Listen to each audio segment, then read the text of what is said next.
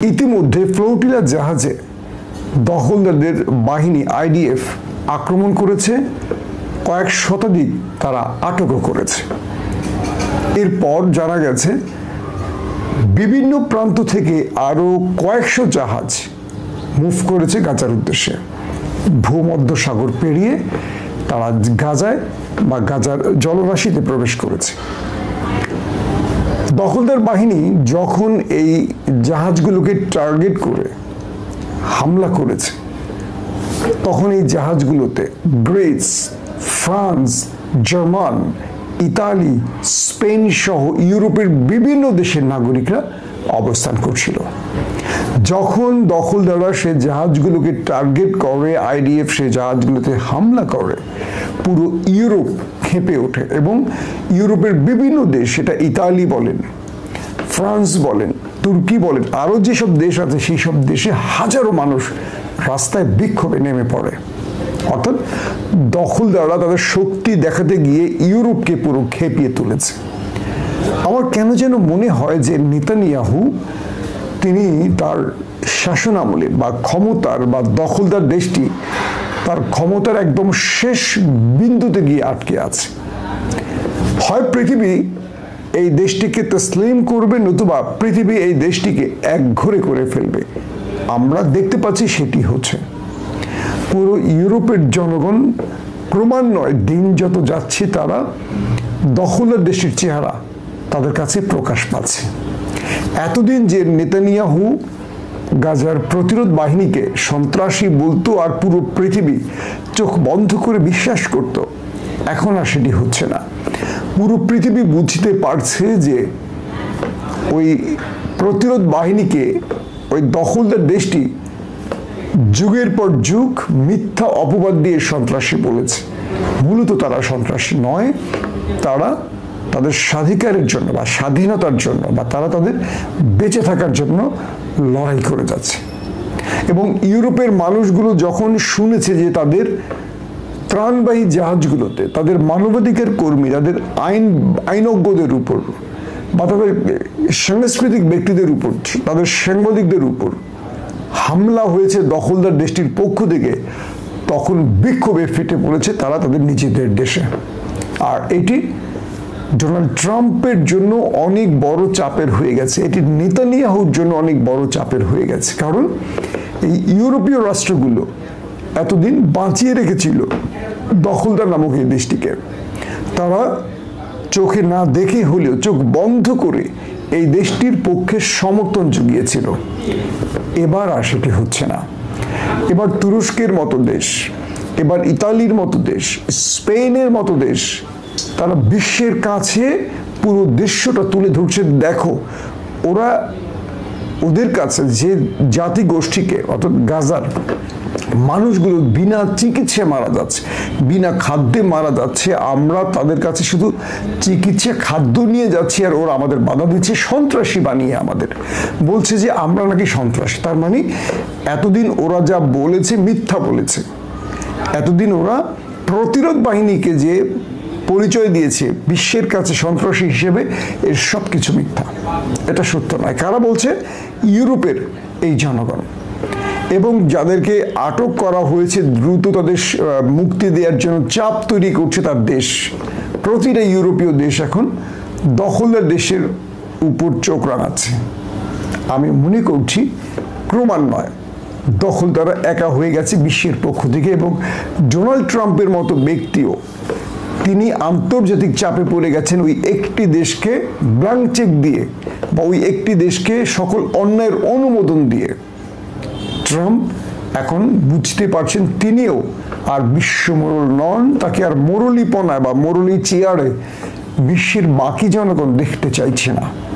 এটা আস্তে আস্তে দিনকে দিন বাড়বে এবং পুরো পৃথিবী থেকে যে ক্ষোভের সৃষ্টি হচ্ছে, মানুষের যে তাদের উপর ঘৃণার সৃষ্টি হচ্ছে, এটা আরো বাড়বে। দেখতে থাকেন এবং এভাবেই দখলদারদের পরাজয় হবে। সেখানে শুধু মুসলিম বা অন্য ধর্ম এটা থাকবে না, মানবিক কারণেই এটা সম্ভব হবে। আসছি 2 নম্বর খবরে। 2 নম্বর খবরটি হলো আমেরিকার লস অ্যাঞ্জেলেসে তেল রিফাইনারি যে কেন্দ্রটি রয়েছে সেখানে হঠাৎ করে বিস্ফোরণ হয়েছে, মানে আগুন ধরে গেছে, ভয়াবহ আগুন ধরে গেছে আমেরিকার সেই সবচেয়ে বড় তেল বা ওয়েল রিফাইনারিতে। বলা হচ্ছে এখানে প্রতিদিন 3 লক্ষ ব্যারেল অয়েল মানে তেলকে রিফাইন করা হয়, এবং এই আগুনের ঘটনায় 30,000 কোটি মার্কিন ডলারের ক্ষয়ক্ষতি হয়েছে একদিনেই। এবং যে আগুন, প্রকাণ্ড আগুনের কুণ্ডলী দেখা গেছে, বলা হচ্ছে যে আমেরিকা তার সৃষ্টির পর থেকে তার রাষ্ট্রের তেলের উপর সবচেয়ে বৃহৎ আক্রমণ হয়েছে। এখন এই শব্দটিকে আমরা আক্রমণ বলবো না দুর্ঘটনা বলবো? প্রশ্ন হলো, আমেরিকায় কোনো ড্রোন অ্যাটাক হয়নি, যুদ্ধ বিমানের অ্যাটাক হয়নি, কোনো মিসাইল অ্যাটাক হয়নি, তাহলে আমেরিকার ভেতরে এই আগুনের ঘটনা কেন?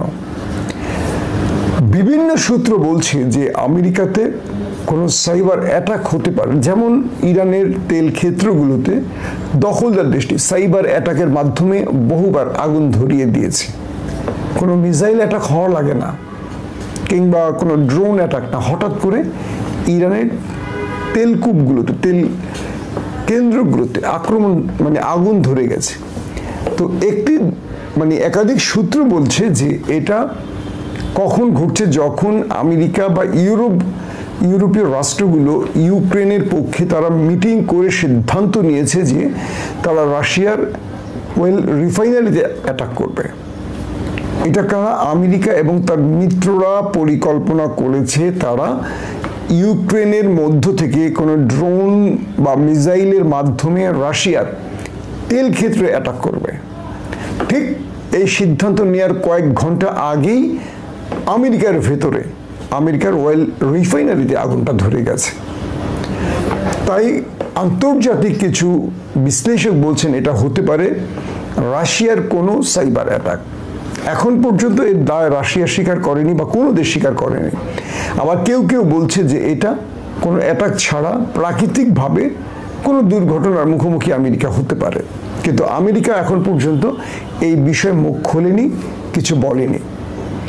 যদি বিষয়টি রাশিয়ার পক্ষ থেকে হয়ে থাকে তাহলে আমেরিকার জন্য অনেক বড় ধাক্কা, কারণ এরপর থেকে ইউক্রেনকে আমেরিকানরা, পশ্চিমারা ব্যবহার করে যদি কোনো প্রকার রাশিয়াতে আক্রমণ করে, রাশিয়া সেম টাইপের আক্রমণ সেই দেশগুলোতে এভাবে নিজের ঘরে বসে একটা সুইচ টিপ দিয়ে করবে।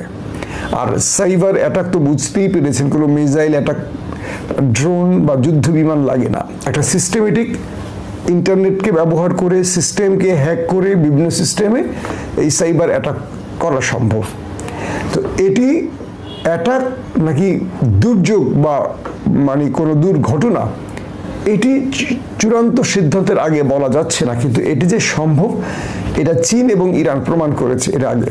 তাই আমেরিকার সন্দেহ থাকবে রাশিয়ার দিকে, এবং আমেরিকা এই তার তেল রিফাইনারিতে আগুনের কারণে অনেক বড় ক্ষতির মুখে পড়েছে, এবং ইতিমধ্যে সেই অঞ্চল ছেড়ে সব প্রতিষ্ঠানগুলো সরে পড়েছে, সব সরে পড়ছে। এবং এটা কি একটি আগুনের মধ্যে সীমাবদ্ধ থাকবে, নাকি এটি আরো বাড়বে, বা এরকম আরো অ্যাটাক হবে, বা এরকম আরো দুর্যোগ বা দুর্ঘটনা আরো ঘটবে কিনা, এটা কোনো স্যাবোটাজ অ্যাটাক কিনা, এগুলো নিয়ে আমেরিকা এখন বিশ্লেষণ করছে। এবং হয়তোবা আমরা অল্প সময়ের ব্যবধানে জানতে পারবো যে আসলে এই ঘটনাটা কি ঘটেছে। যদি প্রাকৃতিক কোনো ঘটনা ঘটে থাকে তাহলে এটিও আমেরিকার জন্য অনেক বড় আঘাত। আর যদি কোনো রাষ্ট্র করে থাকে তাহলে আমেরিকাকে সর্বোচ্চ সতর্ক করে দিয়েছে যে তুমি লিমিটেশন, মানে তোমার যে সীমাবদ্ধতা সেখানে থাকো, ক্রস করো না, লিমিট ক্রস করো না, তাহলে তোমার জন্য এরকম বিপদ আরো আসবে, আরো বড় বড়, মানে এই বিপদগুলো তোমার রাষ্ট্রে আরো ঘটতে পারে। সো তুমি সতর্ক থাকো। আল্লাহ হাফিজ। আসসালামু আলাইকুম, সবাইকে শুভেচ্ছা জানাচ্ছি। মাসুম মাহবুব, দেখছেন ওপেন দ্য ইউটিউব চ্যানেল এবং মাসুম মাহবুব ফেসবুক পেজ। প্রিয় দর্শক, বাংলাদেশের রাজনীতি টালমাটাল হচ্ছে ক্রমান্বয়ে। আমেরিকা থেকে প্রফেসর ইউনূসের সফর সঙ্গীদের যে অপমান অপদস্থ করা হলো, তারপর নতুন করে বাংলাদেশের জনগণ ভাবতে বসেছে আওয়ামী লীগ এবং জাতীয় পার্টিকে নিয়ে। এরই মধ্যে যুক্তরাষ্ট্রে জামাত নেতা ডক্টর মোহাম্মদ আবদুল্লাহ মোহাম্মদ তাহিরকে নিয়ে জামাত কর্মীদের উৎসুক যে মনোভাব দেখা গেছে, এতে করেও বিএনপির রাজনীতিতে প্রভাব পড়েছে। আবার পাশাপাশি বাংলাদেশের যারা রাষ্ট্রীয় পর্যায়ে গুরুত্বপূর্ণ পর্যায়ে রয়েছেন, আমলা, পুলিশ বা বিভিন্ন সেক্টরের ব্যক্তিরা, তারাও এখন নানান রকম টেনশনে আছেন।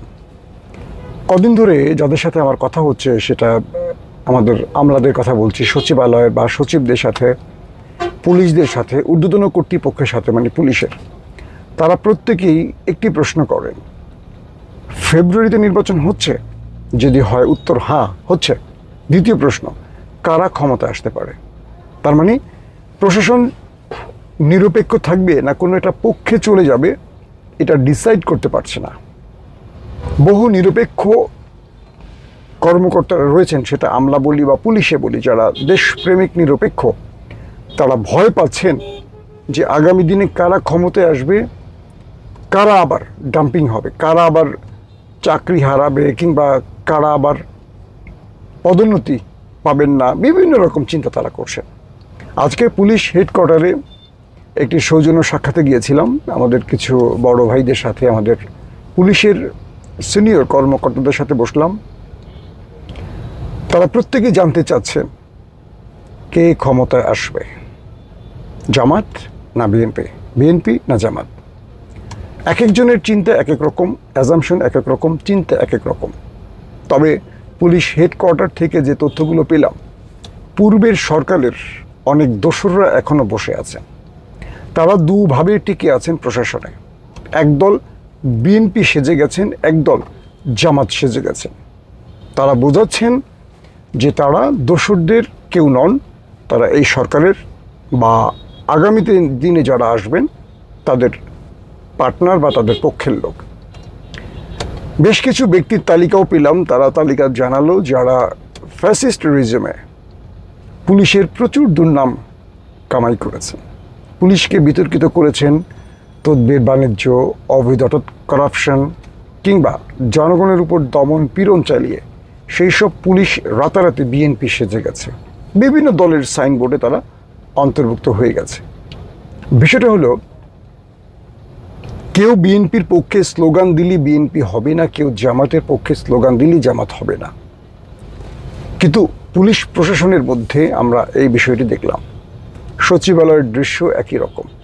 এখন পর্যন্ত পূর্বের বড় বড় কর্তারা বসে আছেন। তারা বসে আছেন কিভাবে? বর্তমান সরকারের যারা উপদেষ্টা আছেন, সিনিয়র সচিব লেভেলে আছেন, বা গুরুত্বপূর্ণ যারা পদায়ন করেন বা যারা এই দোসরদের চিহ্নিত করে শাস্তি দেবেন, এদের প্রত্যেককে টাকার বিনিময়ে কিনে ফেলা হয়েছে।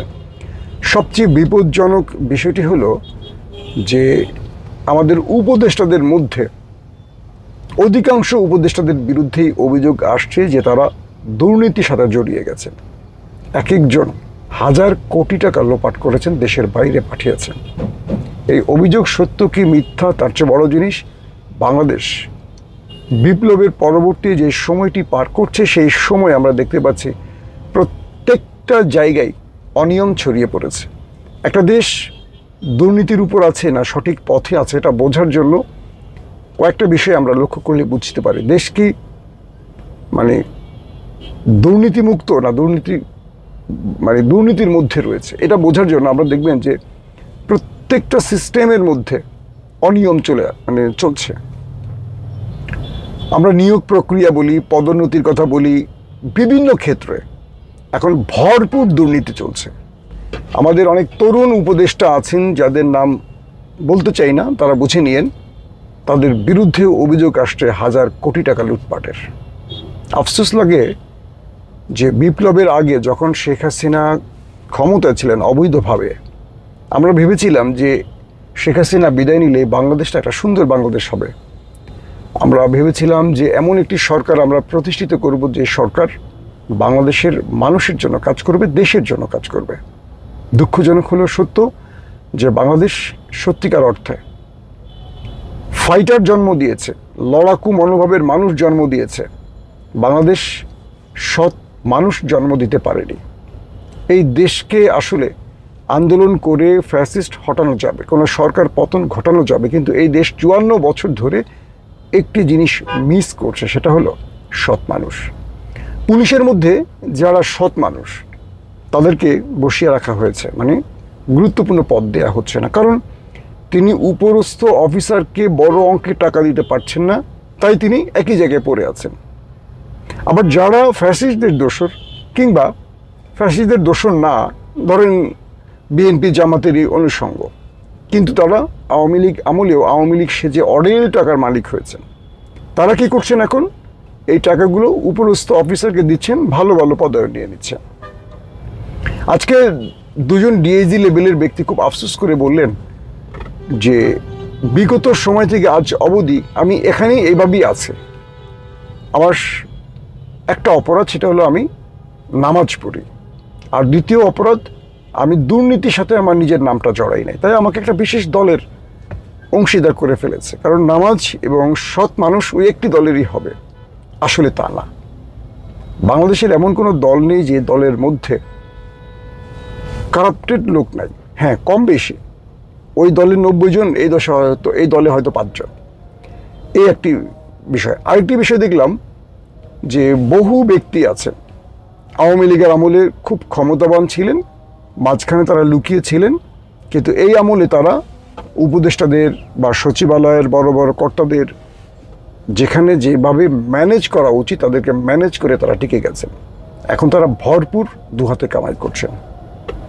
এই যে পুলিশ নিয়ে কথাটা বললাম, যে হাসিনা পালিয়ে যাওয়ার পর আমরা ধরে নিয়েছিলাম ইউনূস সরকার পুলিশের মধ্যে একটা বড় রকম সংস্কার করবেন, তিনি করেননি। এখন পর্যন্ত দুর্নীতিবাজরা পুলিশের গুরুত্বপূর্ণ পদে আছেন। আবার ভালো ভালো অফিসারগুলোকে সরিয়ে দেয়া হচ্ছে, যারা সৎ অফিসার তাদেরকে শাস্তিমূলকভাবে সরিয়ে দেয়া হচ্ছে, কারণ তারা যেহেতু দুর্নীতি করেন না, সেহেতু তার সঙ্গে যারা আছেন পুরো টিম দুর্নীতি করতে পারে না, আর তার বসও মাসোহারা পান না, তাহলে তাকে বসিয়ে রাখবেন কেন? মানে একটা বিষয় আমার কাছে মনে হয়েছে আজকে পুলিশ হেডকোয়ার্টারে গিয়ে, এই দেশের প্রতিটি ব্যক্তি যেন অপেক্ষায় থাকেন কে কার চেয়ে বেশি লুটপাট করতে পারেন। একটা দেশ, গরিব একটা দেশ দাঁড়িয়ে আছে, এই দেশটাকে যে যার মতো লুটপাট করে ফোকলা করে দিচ্ছেন। এটা হলো দেশপ্রেম আমাদের। আমরা হাসিনাকে সরিয়ে ভেবেছিলাম যে আমরা একটা বড় বিজয় অর্জন করেছি। আসলে আমাদের এখনকার যে লড়াইটা, এই লড়াইটা হবে দুর্নীতির বিরুদ্ধে। আমার মনে হয় যে আমাদের একটা বড় যুদ্ধে নামতে হবে, সেটা নাম হলো দুর্নীতির বিরুদ্ধে যুদ্ধ। কারণ হাসিনাকে আমরা যে কারণে সরিয়েছি সেই কারণ এখনো বিদ্যমান রয়েছে। হয়তোবা গুম খুন ক্রস ফায়ার হচ্ছে না, কিন্তু হাসিনার দোসররা হাজার হাজার কোটি টাকা নিয়ে যেমন দেশ ছেড়ে পালিয়েছে বা দেশের বাইরে পাঠিয়েছে, এখনও সেটা অব্যাহত আছে। আরেকটা বিষয় হলো আমাদের প্রত্যেকটা উপদেষ্টার আয় ব্যয়ের হিসাব দেখতে হবে। আমাদের উপদেষ্টারা দেশের বাইরে আদৌ অর্থ পাঠাচ্ছেন কিনা, তাদের বিরুদ্ধে যে অভিযোগ আসছে যে তারা হাজার হাজার কোটি টাকা লুটপাট করেছেন, তরুণ উপদেষ্টা থেকে শুরু করে প্রত্যেকটা উপদেষ্টার বিরুদ্ধে অভিযোগ আসছে। ইভেন ডক্টর ইউনূসের বিরুদ্ধে অভিযোগ আসছে, তিনি তার পরিবারকে এখানে এস্টাবলিশ করেছেন, তার প্রতিষ্ঠানের লোকদেরকে এস্টাবলিশ করেছেন, তিনিও নাকি বিভিন্ন রকম কারাপশনে জড়িয়ে গেছেন। হয়তো ব্যক্তিগতভাবে তিনি নন, কিন্তু তার সুবিধাভোগী লোকেরা কারাপশনে জড়িয়েছে। আমি নাম হয়তো বা কোনো একটা পর্বে পুরসভার নাম ধরে বলবো, এখন আমি বলছি না, কিন্তু অদ্ভুত লাগে 2000 মানুষের প্রাণ, 40,000 মানুষ আহত, অন্তত পঙ্গুত্ব বরণ করেছে।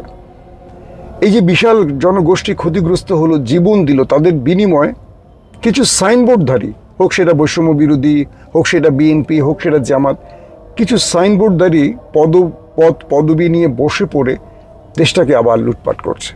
তাহলে এই যে বিশাল ত্যাগ, এই যে রক্ত দেয়া, এটার মূল্যটা কি রইল? হাসিনা চলে গিয়ে আমাদের লাভটা আসলে কি হয়েছে?